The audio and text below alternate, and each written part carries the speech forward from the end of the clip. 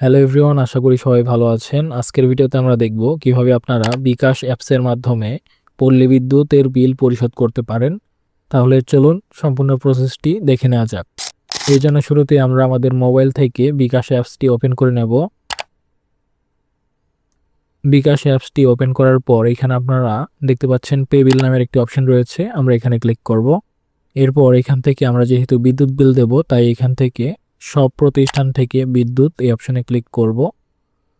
কিছুটা scroll down করব। আমাদের মিটার যেহেতু পোস্টপেইড, তাই আমরা এখান থেকে পল্লী বিদ্যুৎ পোস্টপেইড এই অপশনটা সিলেক্ট করব।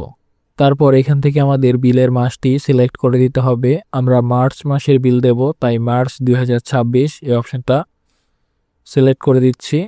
এরপর আমাদের এমএসএস অ্যাকাউন্ট নম্বর অর্থাৎ আমাদের মিটার নম্বরটা এখানে দিয়ে দিতে হবে। আপনারা স্যাম্পল অপশনে ক্লিক করে দেখে নিতে পারেন কোন নম্বরটা এখানে দিতে হয়। আমরা আমাদের মিটার নম্বরটি এখানে দিয়ে দিচ্ছি। মিটার নম্বরটি দেওয়ার পর পে বিল করতে এগিয়ে যান, এখানে ক্লিক করব। এখানে আমরা আমাদের বিলের পরিমাণটি দেখতে পাচ্ছি। এরপর আমরা পরের ধাপে যেতে ট্যাপ করুন, এখানে ক্লিক করব। এখান থেকে আমরা আমাদের বিকাশের পিন নম্বরটি দিয়ে দেব। পিন কনফার্ম করুন এই অপশনে ক্লিক করব। তারপর এখান থেকে পে বিল করতে ট্যাপ করে ধরে রাখুন, এই অপশনে চেপে ধরে রাখবো।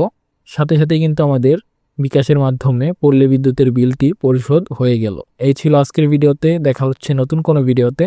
এমনই গুরুত্বপূর্ণ ভিডিওগুলো পেতে অবশ্যই আমাদের চ্যানেলটিকে সাবস্ক্রাইব করে দিন। ধন্যবাদ সবাইকে।